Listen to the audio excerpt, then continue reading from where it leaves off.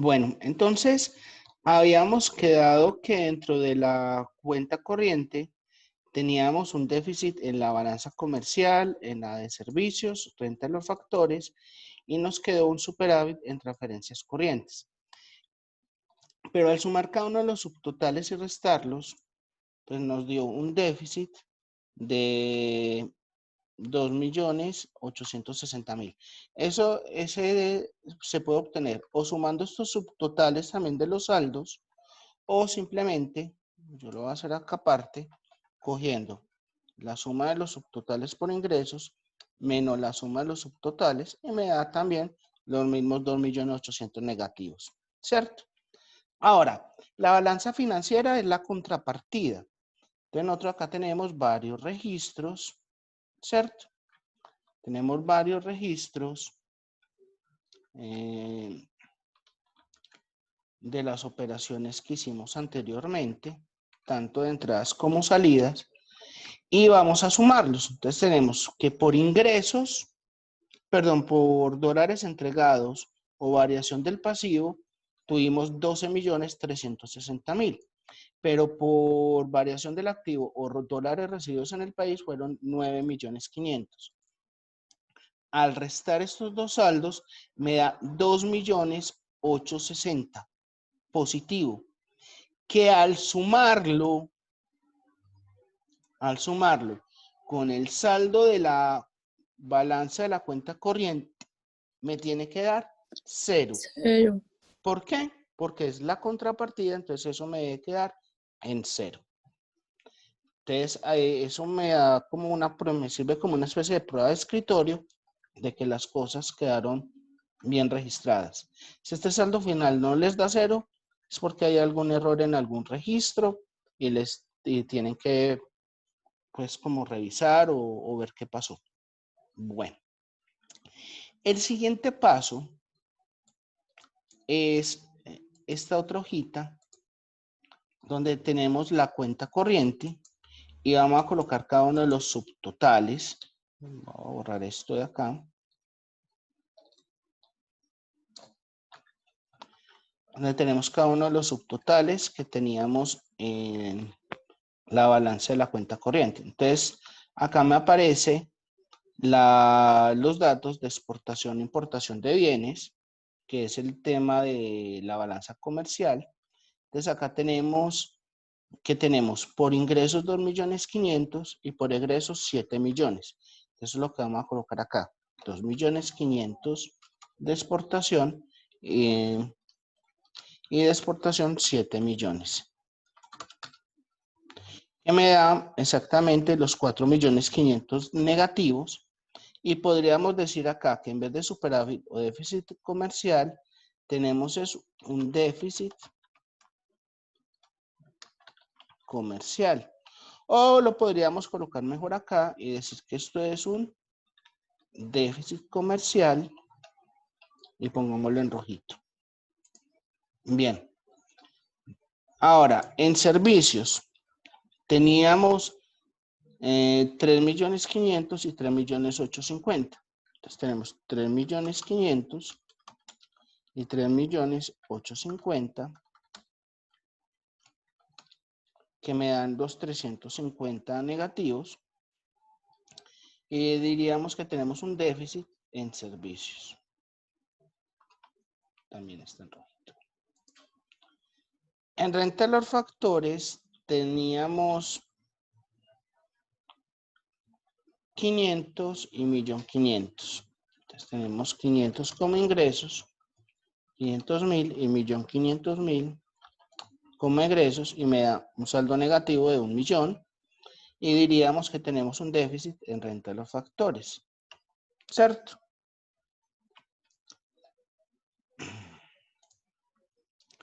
Transferencias como ingresos y egresos. Entonces tendríamos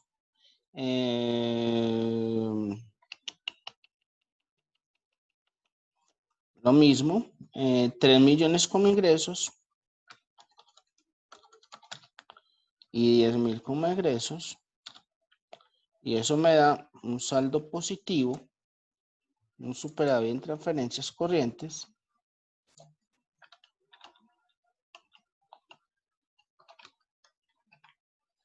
pongámoslo con una letrica verde para identificarlo. Y entonces vamos a tener un déficit en cuenta corriente, que es la suma de cada uno de esos subtotales, que es exactamente lo que teníamos en la hoja anterior. Es como una especie de resumen. Luego, ¿qué pasa? Que por teoría la balanza, o mejor dicho, la cuenta corriente no puede quedar negativa. Entonces ahí es donde viene el resto de la parte que tiene el enunciado que dice que el país contaba con un saldo en la cuenta capital de 2 millones de dólares y que tenía unas reservas internacionales por 3 millones. Entonces, en este caso, ¿qué pasa? ¿Cómo se puede financiar ese déficit que se tiene en la cuenta corriente? Entonces, va a sacar acá los subtotales. Tenemos, recordemos, un déficit comercial. Tenemos un déficit en servicios. Tenemos un déficit en renta de factores. Y tenemos un superávit en transferencias. Y acá lo que estoy trayendo es exactamente, miren, solamente estoy invocando los salditos.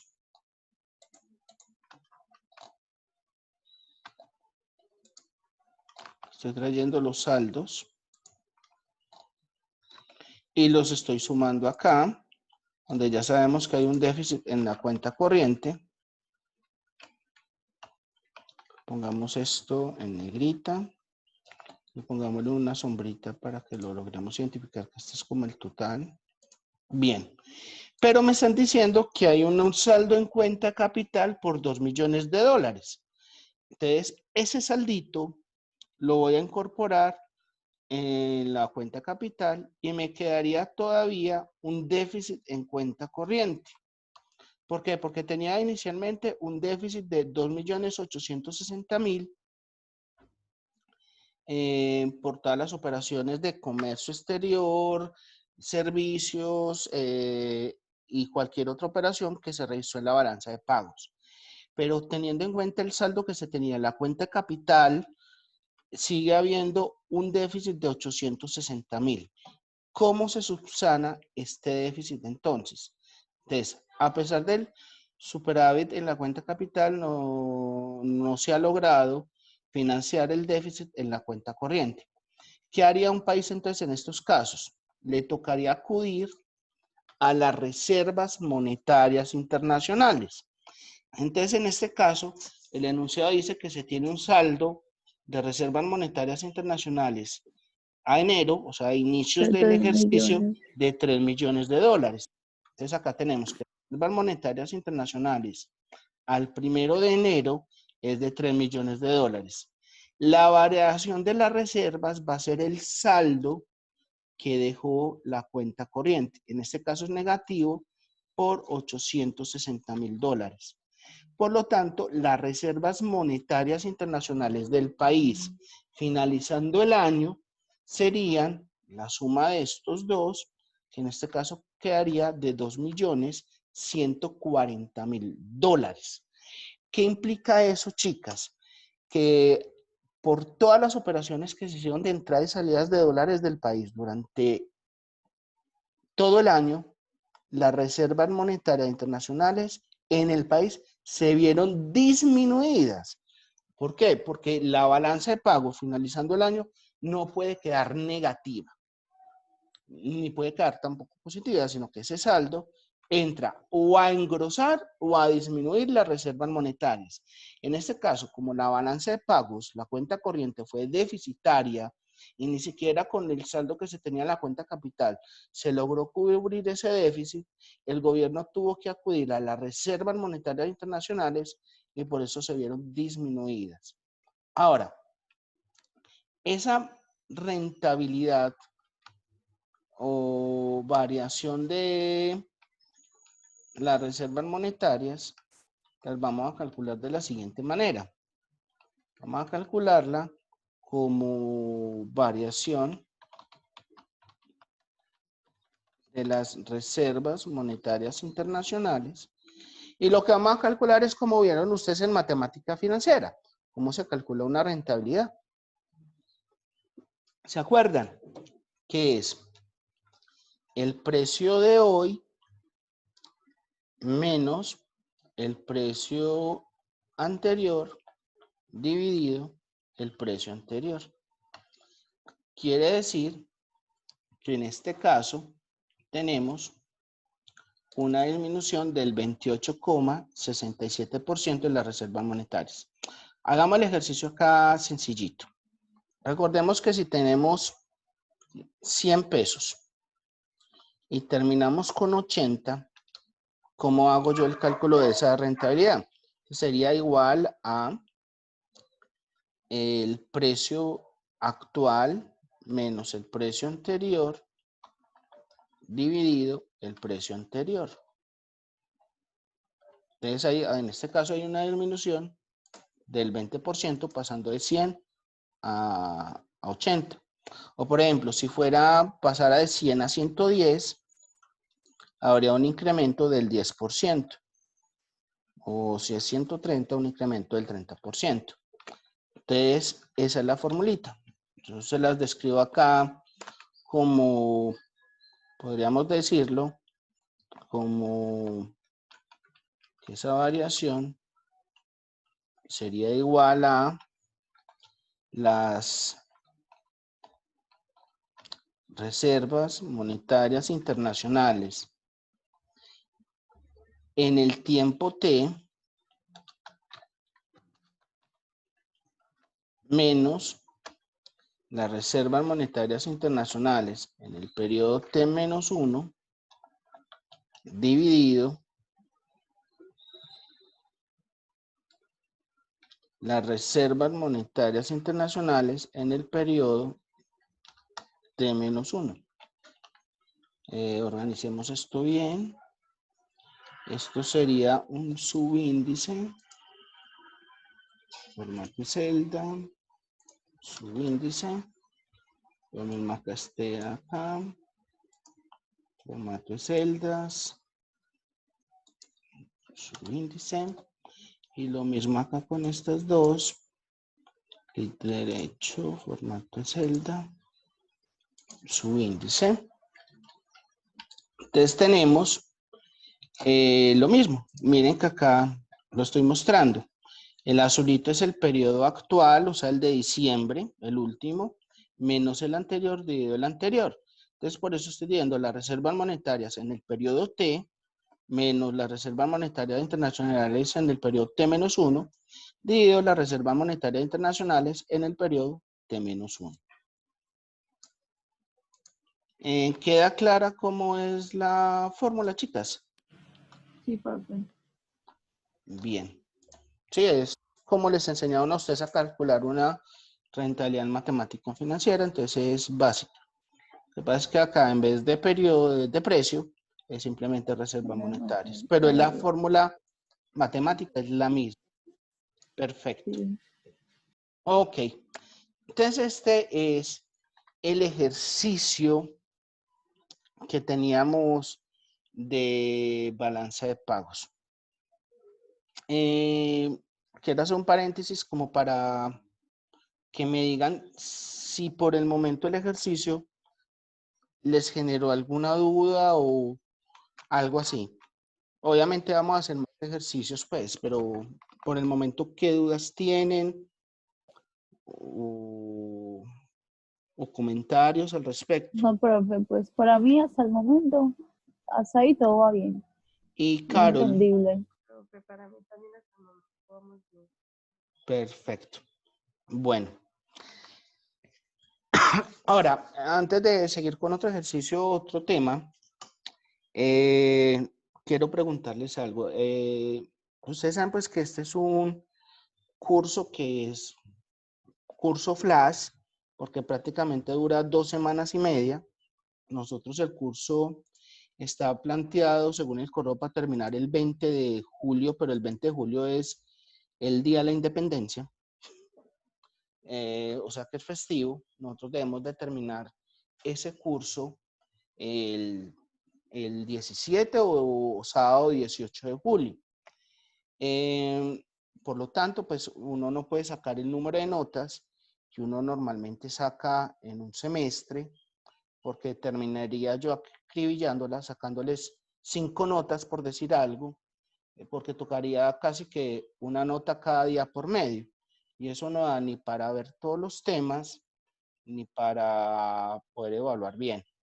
Basado en eso, la pregunta es, ¿a ustedes les parece bien que saquemos 3 notas, máximo 4? Aunque yo creo que lo ideal serían 3 notas. Y obviamente todas las notas valen lo mismo. Sí, pero sí. Sí, profe, está bien. Perfecto. Permítame un segundo que estoy viendo acá algo que me está llamando la atención.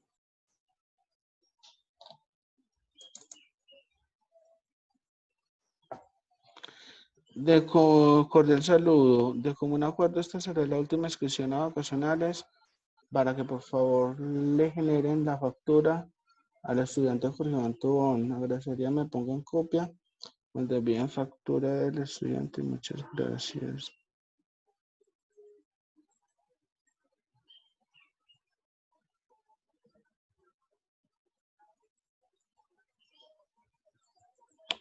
Uf.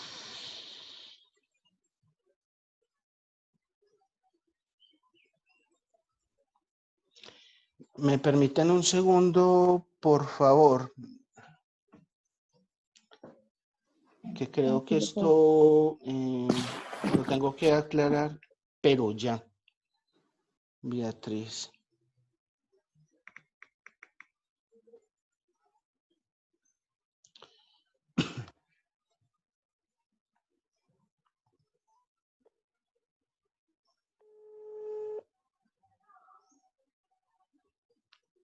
Un segundo, chicas.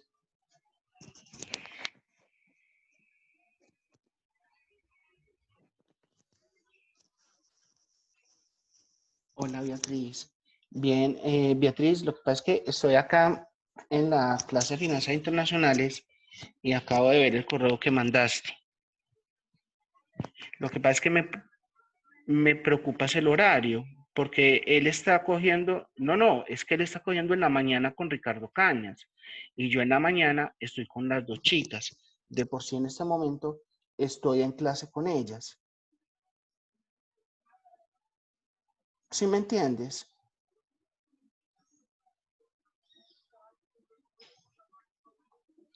No, acuérdate que inclusive en el listado, una de las niñas a las que le estoy dando clase está en la mañana y la otra en la noche. Y en común acuerdo con ellas, acordé que las iba a dar la clase todos los días. Inclusive estamos desde las 7 de la mañana en clase.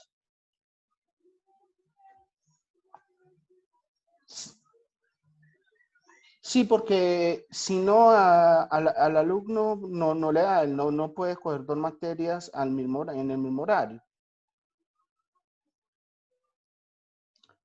Sí, que él escoja qué materia.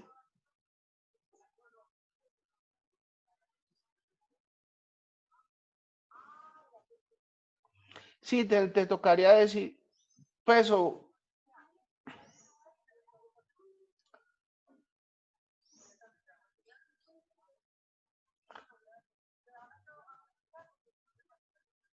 sí, porque yo ya voy muy avanzado con las niñas, pues yo arranqué con ellas ayer y ya prácticamente vimos balance de pagos. Dale, tranquila, vale, chao, chao.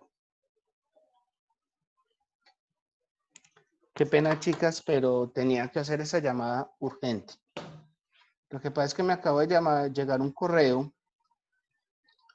de que había un nuevo alumno para el curso, pero lo que pasa es que como este curso, creo que era Caro la que está escrita por la noche y Ana por la mañana, creo que era así. No, profe, al revés. Al revés, eso, Carol en la mañana y Ana en la noche. Y en común acuerdo con ustedes, quedamos en que todo era por la mañana, como le expliqué yo pues a Beatriz. Pero entonces me acaba de llegar una inscripción de un muchacho, Jorge Iván Tobón, que cogió 2 materias para hacer vacacional. Una de planes de negocios con Ricardo Cañas y otra de finanzas internacionales conmigo. Pero Beatriz pensó que yo la estaba dando era por la noche y plan de negocios de Ricardo Cañas es en la mañana. Él no puede coger 2 materias que se están dictando en el mismo horario. En la mañana. Exactamente. Entonces ahí tienen que cancelarle una de las 2 inscripciones al muchacho. En fin, bueno. Bueno, entonces, volviendo al tema, lo que pasa es que ahí me entenderán por qué el espacio, pero tenía que hacer ya llamada urgente, porque si no les piden factura al muchacho y después tienen que volver a corregir la factura y eso es un rollo administrativo grande. Bueno, ¿qué les estaba diciendo? Bueno, entonces habíamos acordado en sacar pues 3 noticas y viene eso por ese lado. Ahora, lo otro es lo siguiente. Pues cuando vayamos a evaluar balance de pagos, que yo considero que lo podríamos evaluar el viernes, obviamente de aquí a mañana estamos haciendo 1 o 2 ejercicios más para que puedan practicar.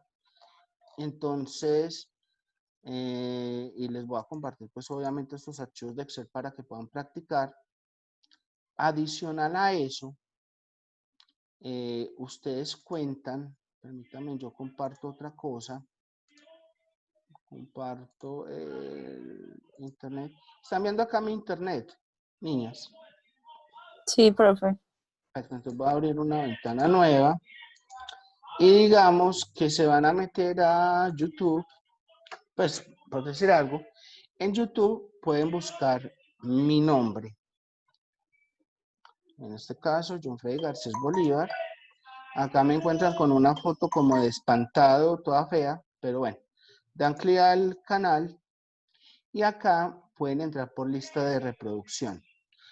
Acá yo voy a crear una lista de reproducción que tenga el nombre de la asignatura. Pues en este caso yo tengo que investigación de operaciones, gestión de riesgo, finanzas internacionales, pero esta es de la San Buenaventura, de la Envigado, herramientas de información, estadística descriptiva, electiva, gestión de riesgo y muchas otras. Pero entonces yo voy a crear una que se llame gestión de riesgo, ¿cierto? Gestión de, perdón, así como esta Finanzas. sí, exactamente, así como creé esta que se llama gestión de riesgo vacacional, voy a crear una que se llame Finanzas Internacionales Vacacional 2021, para que ustedes la consulten y no se pierdan con las otras, ¿de acuerdo? Entonces ahí voy a colocar Listo, Finanzas profe. Internacionales USB 2021 y ahí lo pueden tener y yo me encargo en el transcurso del día de hoy de subir los videos de ayer y los de hoy. ¿Listo? Bueno, cierro YouTube, volvamos entonces, les voy a mandar otro correíto. A ver, ¿dónde está? Balance pagos.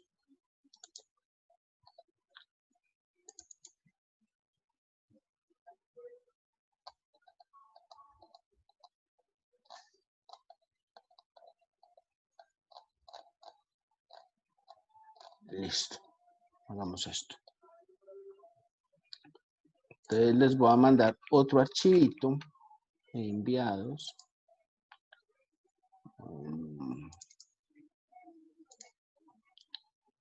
Voy a responder a todos.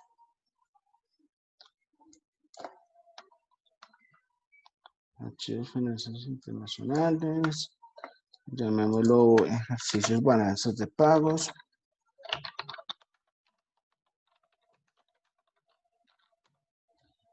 Y vamos a adjuntar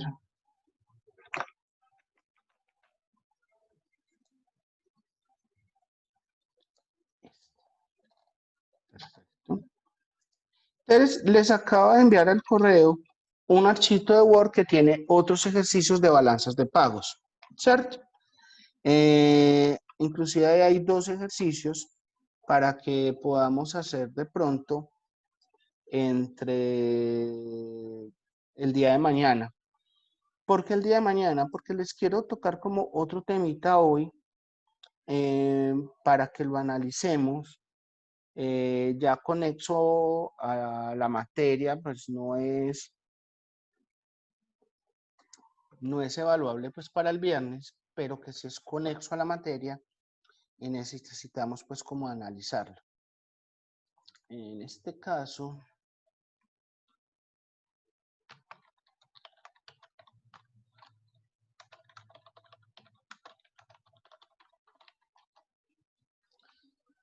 ¿qué tanto saben de calificaciones de riesgo? ¿Quién me dice algo? Me imagino que Carol sí porque vio riesgo conmigo, ¿o no? Sí, profe, creo que sí. ¿Cómo? Yo creo que sí. ¿Crees que sí? Sí. Ay, la voy a devolver.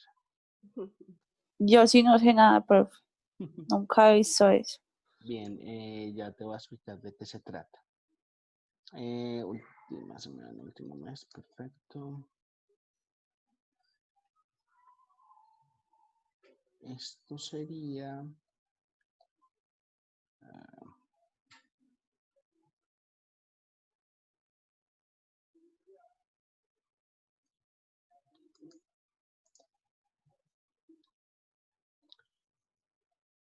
y últimas 24 horas. Están viendo el internet, ¿cierto? Sí. Últimas 24 horas, creo. Ok. Resulta que el día de ayer, ¿será que esta me deja actualizarla? Sí. Acá dice que Moody's mantuvo una calificación de Colombia en Baa2 con perspectiva estable. Esa calificación es un equivalente a triple B. Entonces dice que la agencia calificadora de riesgo Moody's Investor Service, que es una de las grandes calificadoras de riesgo en el mundo, le otorgó esta calificación a Colombia con perspectiva estable. Entonces dice lo siguiente: de acuerdo con la agencia, la calificación del país es el resultado de un balance entre las fortalezas crediticias derivadas de una economía grande, dinámica y resiliente, una tradición de políticas macroeconómicas predecibles y un sólido historial de cumplimiento de sus obligaciones de deuda respecto a los desafíos que imponen una alta dependencia de las materias primas, una base de ingresos fiscales limitada y una estructura de gasto público rígida. Esta noticia es de ayer, o sea, ayer fue que realmente la calificadora puso la nota, 30 de junio. El director de crédito público dijo que esta es una nueva señal del respaldo de los mercados financieros al manejo prudente de nuestra economía y la respuesta oportuna a la emergencia sanitaria. Sin embargo, no hay lugar para la complacencia. Este voto de confianza de los inversionistas nacionales y extranjeros también genera grandes responsabilidades para mantener nuestro posicionamiento privilegiado en los mercados de deuda. ¿Por qué ese comentario, niñas? Y para eso tengo que hacerle de pronto una introducción a Ana. Ana, resulta que dentro del sector financiero, las empresas, ¿cómo se financian? Tú que eres estudiante de contaduría, ¿cierto? Ana. Sí, profe. Bien, ¿Cómo se financian? ¿Vía sí, capital o ya sea por préstamos con terceros, pues con fondos ajenos? tienes toda la razón. Vía capital puede ser o por aporte de los accionistas o democratizando la compañía vendiendo acción. Sí. Esa es una de las opciones. La otra es bajo el método de créditos, pero los créditos pueden ser de dos maneras. Uno puede ser a través del sector financiero, adquiriendo un crédito directamente con la banca, o dos, emitiendo deuda. Quiere decir, emitiendo bonos de deuda. ¿Hasta ahí estamos de acuerdo? Sí, Perfecto. Pero resulta que para emitir bonos de deuda se tiene que analizar el riesgo crediticio de la compañía. Por ejemplo, para ti como persona natural, Ana, ¿tú tienes de pronto tarjeta de crédito? no, profe. Bueno, pero cuenta de ahorros de pronto. Sí, Listo. Eso quiere decir que tú ya estás bancarizada. Y al estar bancarizada, desde tu primera cuenta de ahorros, estás generando algo que se llama tu score crediticio. Y dependiendo del comportamiento que tú tengas con tu cuenta de ahorros y más adelante de pronto con tu tarjeta de crédito o créditos que tú llegues a tener, si eres cumplida o no, eso te va generando un puntaje. Mejor dicho, te va generando la fama de si eres buena o mala paga, por decirlo de alguna manera. ¿Hasta ahí me entiendes? sí, Lo eso es lo mismo, que llaman vía crediticia. la vida crediticia, exactamente. Resulta que eso, pues normalmente lo hacen las centrales de riesgo para las personas naturales, pero para las personas jurídicas estamos hablando de unas entidades que se llaman calificadoras de riesgo. Esas entidades que se llaman calificadoras de riesgo, ¿qué es lo que hacen? Pues simplemente lo que tienden a hacer es establecer una evaluación global de la compañía teniendo en cuenta lo que es balance, estados financieros, flujos de caja de la compañía y su historial crediticio. Pero su historial crediticio, ¿cómo se hace? Basado también en si ha tenido una tradición de cumplimiento o no con sus obligaciones. Si una compañía obviamente tiende a atrasarse o retrasarse con sus obligaciones, no sería muy bien visto por una calificadora de riesgo. Pero ojo, que no solamente se le otorga calificación a las empresas, también se le puede entregar a entidades territoriales como municipios o departamentos, que ellos también pueden emitir deuda, o a los países. De por sí Colombia emite deuda de dos maneras, deuda interna y deuda externa. La deuda interna está reflejada en los bonos de tesorería, que son los TES, y se negocian en la Bolsa de Valores de Colombia. Y están los bonos de deuda externa que están establecidos en divisas. La gran mayoría pues se negocian en la bolsa de Nueva York, son negociados en dólares y se les denominan yankees. Pero, Pero es cierto hola, que estos test son los que son libres de riesgo. sí, se le consideran libres de riesgo porque cualquier país calificado por una calificadora de riesgo al interior del país se le conoce como riesgo cero. Entonces, por eso se le llama libres de riesgo. Hasta ahí estamos bien. Pero a nivel exterior cambia la cosa. Por ejemplo, los test en Colombia son triple A, son riesgo cero porque son negociados por el gobierno nacional en el país, pero en el exterior es a otro precio, porque ahí Colombia entra en el mercado internacional a competir por recursos con otras naciones.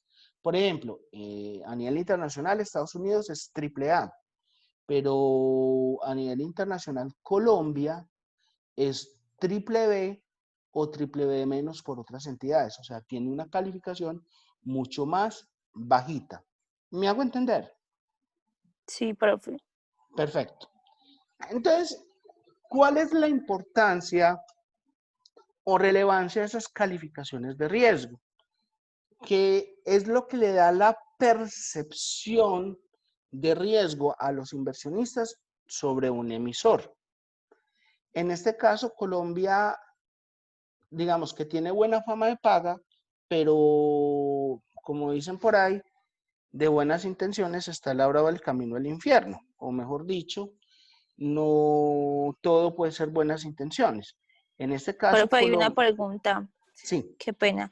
Y, o sea, ese riesgo también es el que determina la rentabilidad que es para el inversor. Pues es exactamente, porque la teoría financiera dice que a mayor riesgo, mayor mayor rentabilidad. rentabilidad. Ajá. Exactamente. Entonces, si tú tienes una calificación más baja, quiere decir que el inversionista te va a cobrar más interés por el dinero que le prestes. Lo mismo hacen Listo. los bancos, lo mismo hacen los bancos. Si tú eres una persona que tiene muy buena capacidad de ingresos y todo eso, te otorgan tarjetas de crédito en Black, Silver, Oro, que inclusive cuando tú las usas para compras de cartera o algo así, tienes hasta tasa preferencial. Pero cuando ven que no tienes buen flujo de caja o no tienes buenos recursos, te la cobran todita. Sí. Y cuando digo que te la cobran todita, es que te otorgan una tarjeta clásica, no te otorgan un buen cupo, y si te otorgan un crédito, te cobran la mayor tasa posible porque obviamente tienen que cubrirse del riesgo, etcétera. Lo mismo ocurre desde el punto de vista de inversión. Si yo voy a invertir en un título de una entidad que me representa más riesgo, yo voy a querer un mayor retorno por el dinero que yo vaya a invertir. ¿Me hago entender? Sí, profe. Entonces, por ejemplo, Colombia le toca pagar un poquito más carita la deuda que otros países que tengan una mejor calificación que Colombia. Sin embargo, a pesar del, digamos, del comportamiento de la economía, que, bueno, no es la mejor del mundo, Colombia, independiente del gobierno que haya tenido, históricamente siempre ha honrado su deuda. O sea, siempre ha respondido por los pagos de la deuda. Y eso le ha generado en los mercados una fama de buena paga, ¿cierto? Entonces, eso hace que los inversionistas siempre tiendan a animarse a invertir en bonos de deuda del gobierno colombiano. Porque a pesar de que tiene una deuda bajita, todavía alcanza el grado de inversión. Ahora te explico qué significa eso. Y obviamente, por ser una calificación no de las más altas, les permite obtener una buena rentabilidad por los bonos de deuda colombiana. Hasta ahí me vas captando la idea. Sí, profe. Bueno, entonces, hay que tener en cuenta que hay tres calificadoras de riesgo importantes que califican al país. Una es Moody's, que ya actualizó la calificación de Colombia en triple B sencillo, o como ellos lo escriben, Baa2. Luego te explico la escala de Moody's. Luego sigue Standard & Poor's, que nos tienen triple B menos, y Fitch Rating, que nos tienen triple B menos. O sea que ellos dos nos están calificando más durito que Moody's. Ahora, la calificadora de riesgo señala que luego de los choques generados por la pandemia y la disminución de los precios del petróleo, los principales desafíos para la calificación serán reactivar el crecimiento económico y mantener el compromiso de las autoridades con la reducción del déficit fiscal y la estabilización de la trayectoria de la deuda pública. Una posible mejora de la calificación del país dependerá de factores como recuperar tasas de crecimiento cercanas al potencial estimado del 3.5%. Eso por este año va a ser muy difícil. ¿Por qué? Porque ya sabemos que lo más seguro es que para el segundo trimestre de este año, que me imagino que dentro de poco